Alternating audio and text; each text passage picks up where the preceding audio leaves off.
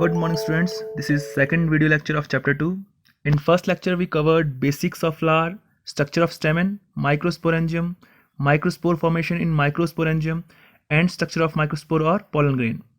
In the second lecture we'll discuss about dehiscence of anther, microgametogenesis, post-pollination development of microspore, structure of ovule that is megaspore, megasporogenesis and structure of embryo sac. As we already covered the detailed structure of pollen grain, now it is time to dehisce the anther. Here we can see a male part of flower that is androecium have two structures, that is anther and filament. Anther is bilobed, dithecous and tetragonal. If we cut a TS of the anther, we'll get a structure like this, which has 4 microsporangium. So that's why it's called tetragonal. Mature anther is dried up. The strip between two pollen sacs disintegrate. This strip is disintegrated. Now only two theca remained, 1 and 2, 1 and 2. Endothecium contract because of loss of water. The endothecium means the outer layer of the anther. We all know anther have 4 layers, microsporangium have 4 layers, epidermis, endothecium, middle layer and tapetum. The endothecium is responsible for the dehiscence of anther. The endothecium is dried up and become concave, means the pressure exerted by the concaveness of this endothecium leads to the formation or rupturing of this stomium, this region. This get ruptured and a line of dehiscence is formed in this region. In this way, the anther lobe get dehisced and the anthers get liberated. Pollen grains get liberated. This is the process of dehiscence of anther. In a flow chart, if we summarize, the mature anther get dries up, the strip between two pollen sacs disintegrate, only 2 theca remains now. Endothecium contract because of loss of water. This endothecium become concave and shortens. It ruptures the anther lobe wall at region of stomium and it leads to the formation of line of dehiscence. So it is the dehiscence of anther. So next topic is pollen allergy. We all know that pollen grains have certain nutrient components like proteins, carbohydrates and fats. These nutrients can be taken as antigen by the body of an organism. So these antigens, which are perceived to be antigens by the body of an organism, can cause allergy by entering respiratory tract and cause rhinitis, asthma, bronchitis. The examples are in case of Parthenium, Chenopodium and Amaranthus.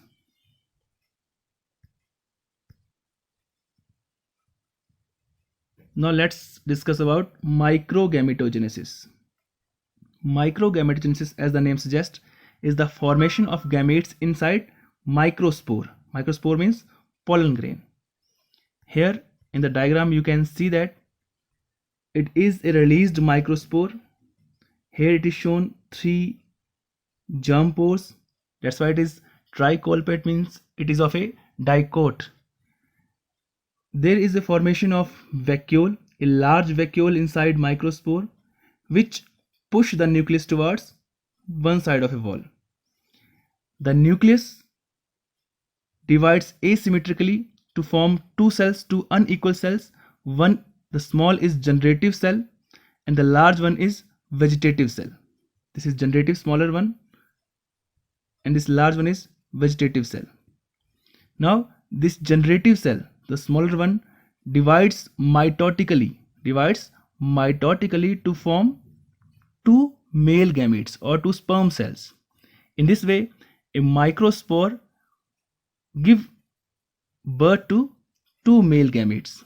This is called now mature pollen grain, which has 3 cells. One is vegetative cell and 2 male gametes, 3 cell structure. If we summarize it through a flow chart, Development of male gametophyte is called microgametogenesis.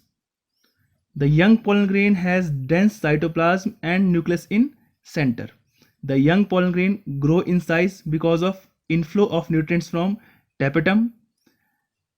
This inflow of nutrients leads to development of vacuoles which push nucleus towards wall.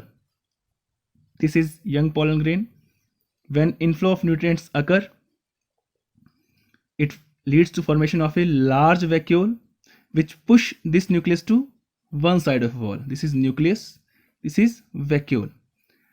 Now this nucleus divide mitotically and form two unequal cells. The smaller one is generative cell, the larger one is vegetative cell. The generative cell, which is this, the generative cell develop a callose layer of callose around it, and when this layer disintegrates, this generative cell liberate itself from the wall of pollen grain. Means now this generative cell can swim freely inside the cytoplasm of this large vegetative cell. Then this vegetative cell has vacuolated cytoplasm and it is rich in food reserve so that it can give nutrition to the two male gametes formed after generative cell. Now let's discuss about post-pollination development.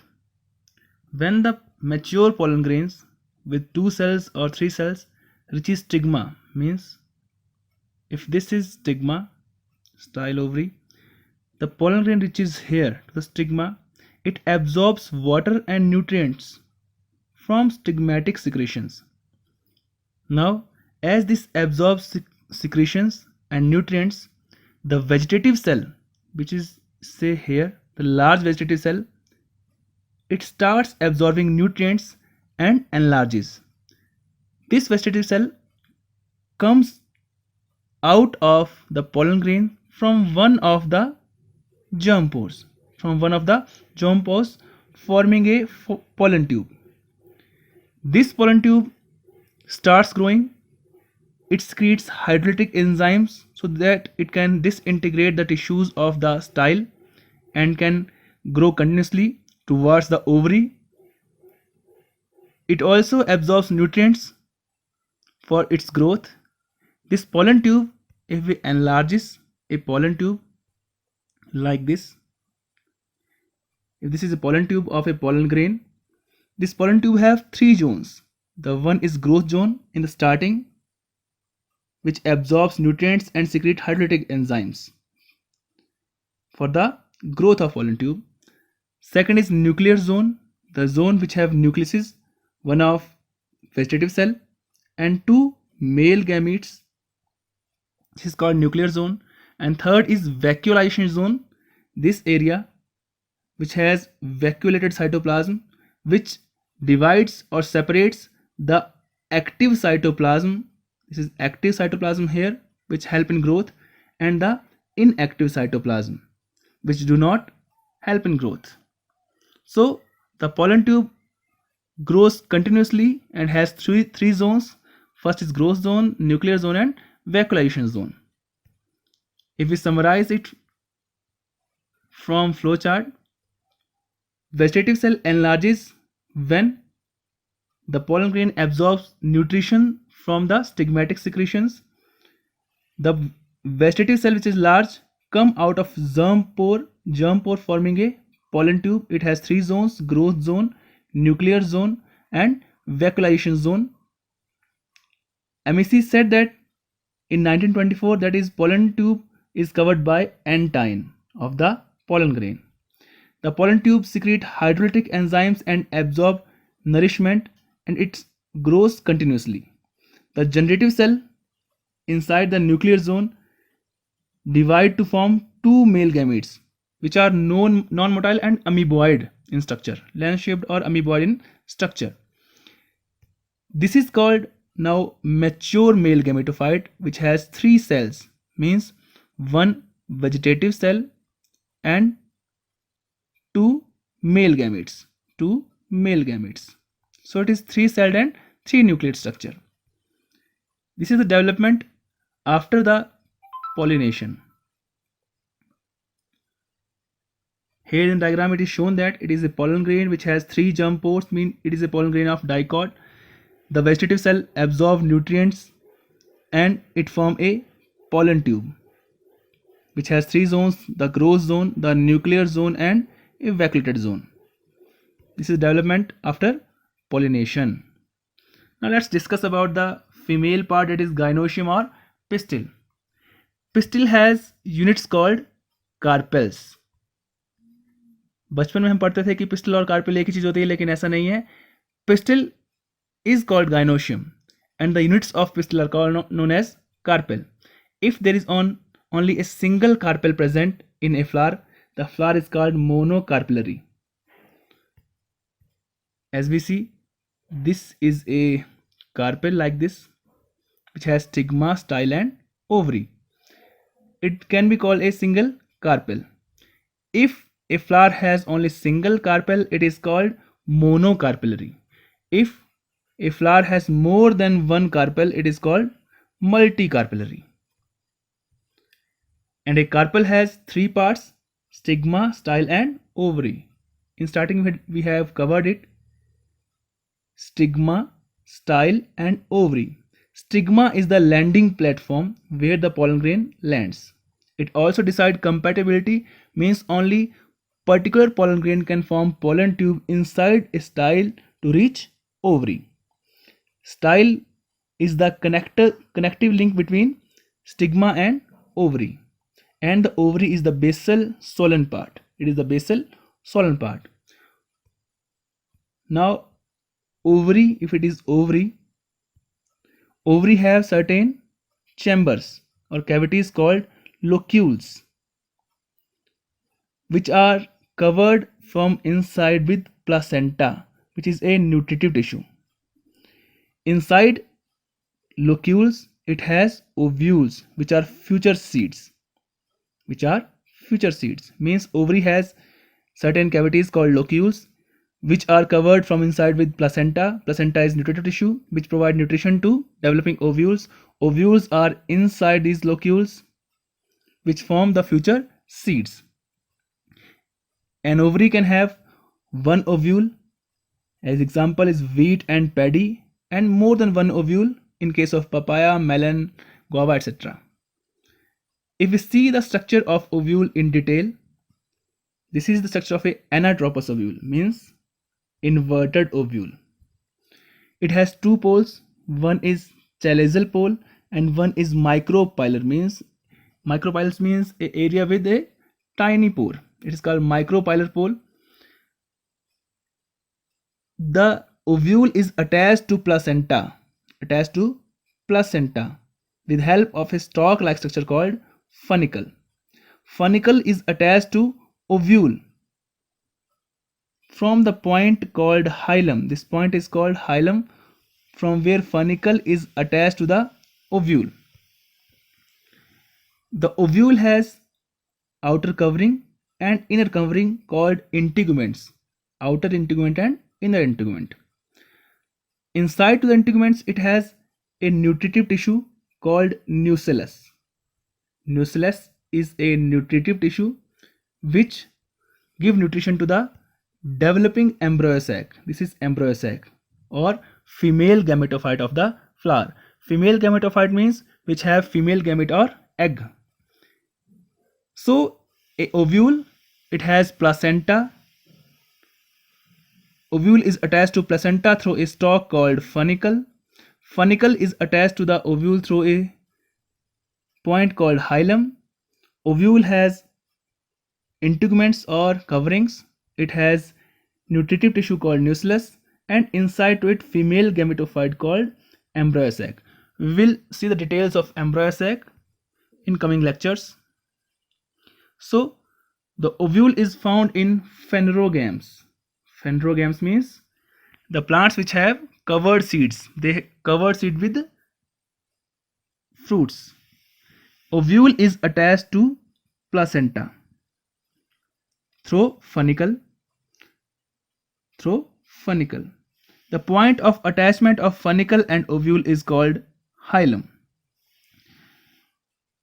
ovule is covered by nucleus, which is a parenchyma tissue. If nucleus is thick, the ovule is called crassinucleate ovule.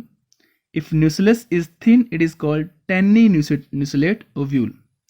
On the basis of integuments or coverings, if there is no covering, the ovule is called ategmic. Example is centellum. If there is only one integument, it is called unitegmic. Example in higher dicots. If there are two coverings or integuments, it is called bitegmic. Example is monocots. And rarely, if there are three coverings, it is called tritegmic, as in Asphodelus. On the basis of structure and shape, ovule is mainly of 6 types. Orthotropous means erect. This is orthotropous. Then anatropous means inverted. Hemitropous means half inverted. Campylotropous means body covered. Amphitropous means body and embryo sac curved. And circinotropous means funicle coiled around ovule. As we saw in diagram, this is orthotropous, the B is circinotropous, C is anatropous, D is hemianatropous, E is amphitropous, and F is campylotropous. Now, how a megaspore develops? Let's discuss about development of an ovule. So, a primordial cell means a primary cell develops which is surrounded by a nucleus. Nucleus, as we know, it is a nutritive tissue. This whole structure, which has a primordial cell and nucleus, is start covering from the bottom to the up, from all round up to the micropyle. The covering is continuous except the micropyle. Micropyle do not have the covering of integuments. Now, this primordial cell develops into archisporial cell. Archisporial cell means the cell which develops into megaspore. This archisporial cells grows and develop large nucleus. Here it is my large nucleus inside the archisporial cell. This archisporial cell, for example, zoom out only to archisporial cell. Forget about all other nucleus or integuments. This is archisporial cell. It divides, forming two cells. The outer parietal, this is parietal cell, and this is megaspore mother cell. This is megaspore mother cell. Means the archisporial cell divides and form a parietal cell and a megaspore mother cell. This megaspore mother cell now, this megaspore mother cell, this, let's zoom this out. This megaspore mother cell, this is parietal cell, this megaspore mother cell now undergo meiosis to form a megaspore tetrad, means 4 cells. Out of these 4 cells, 3 disintegrate, only 1 remain functional.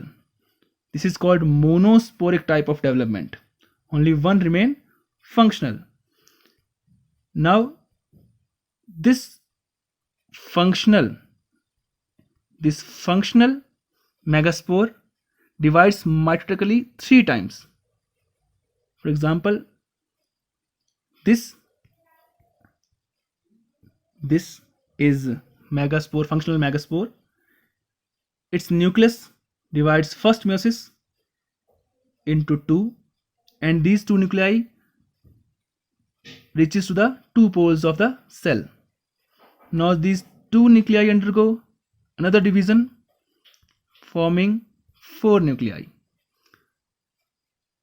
Now these 4 nuclei again undergo division and form 4 nuclei on each side.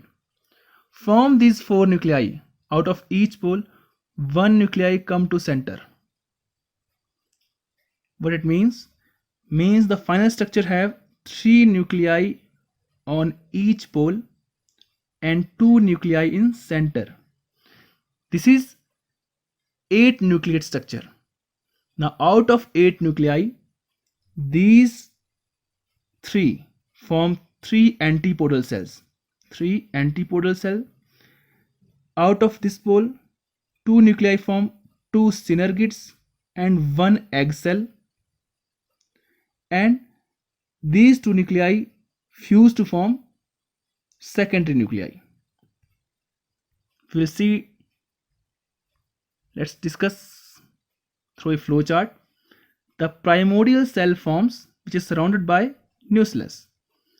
The integument develop from base and surround it except micropyle. As we said, this is primordial cell, then surrounded by nucleus and covering up to the micropyle.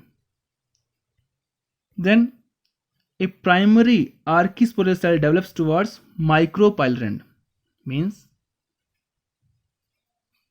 to this side, micropylar side, we develop a archisporal cell. It grows and develop large nucleus. It grows and develop large nuclei. The primary archisporal cell divide once.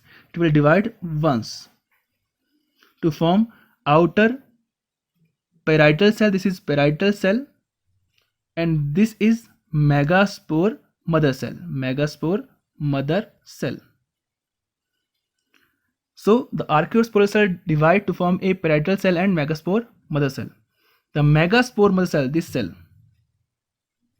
undergoes meiosis and form megaspore tetrad. It would form a tetrad, means 4 cell. From megaspore tetrad, one is functional. One is functional, that is chelazal. This is side micropylar side and this is chelazal side. Only this chelazal side megaspore is functional. All 3 degenerate. Other 3 degenerate. Now this functional megaspore grows. This functional megaspore grows and undergoes 3 mitotic nuclear divisions. Means this cell undergo from this single nuclei form 2 nuclei, and they come to the different poles. Now these 2 nuclei divide again and form 4 nuclei, 2 each on each pole. Then these 4 nuclei form 8 nuclei, 4 on each pole. Out of the 4 nuclei from each pole, 1 nucleus come to center. 1 nucleus come to center. Hence, in the final structure, there are 3 nuclei or 3 cells at each pole and 2 nuclei in center. Let's discuss from the diagrams. This is megaspore mother cell. It divides once to form a parietal cell and a megaspore mother cell. Megaspore mother cell form a tetrad. From this tetrad, only one, this is functional, other 3 degenerate. Now this functional megaspore starts mitotic divisions, form 2 nuclei, then 4 nuclei, then 8 nuclei. From 4 nuclei on each pole, 1 nuclei from each side come to the center, and the final structure called embryo sac is formed, which has 3 antipodal cells, 2 synergids, 1 egg cell, and 2 polar nuclei which fuse to form a secondary nuclei. It is inside the central cell. Hence the final structure is 7 celled and 8 nucleate. 8 nucleate. 1, 2, 3, or we count again. 1, 2, 3. This is 4, 5 and egg 6, and 7 and 8. 8 nuclei. And if we count the cells are 1, 2, 3, 3 antipodals, 4, 5 the synergids, 6 egg cell, and this is large central cell. Large central cell means it is 7 celled and 8 nucleate structure. Now study in detail the structure of embryo sac. Embryo sac is 7-celled 8-nucleate structure, which we discussed earlier. It has following structures. One is filiform apparatus. This thing, leaf-like structure. It is called filiform apparatus, which guide pollen tube into the embryo sac. What is this? If we have stigma, the style, and ovary, now pollen tube will be guided towards this end only, so that it can enter through micropylar end. This guidance is done by this filiform apparatus, leaf-like structure. Then there are two synergids. This is 1 and this is 2. These are two synergids, or also called help cell. They also guide path of pollen tube. They help in obtaining nourishment from nuclear cells. From outside, they take nutrition from nucleus, and they act as shock absorber during entry of pollen tube. When pollen tube enter, it enters through one of the synergids. Then these synergid help in the shock absorption. The next is egg cell. Egg cell means it is the female gamete. It is the female gamete which has vacuole towards micropylar end and nucleus towards chalazal end. This side, if it is female gamete, here it is female gamete. This side has nucleus and this side has vacuoles. Next is central cell.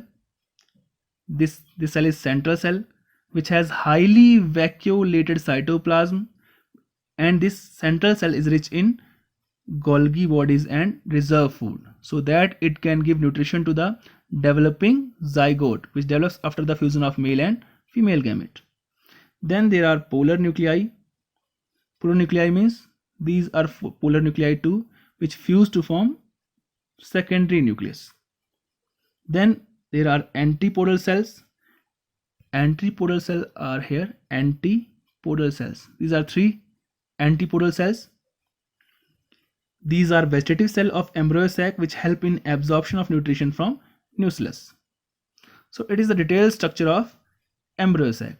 So in this lecture, we almost covered dehiscence of anther, microgametogenesis, post-pollination development of microspore, structure of ovule, that is megaspore, megasporogenesis, and structure of embryo sac. In the next lecture, we'll continue this chapter. Hope आपको ये समझ आया होगा अच्छे से. इसी तरह घर पे बैठ के पढ़ते रहें. Thank you. Have a nice day.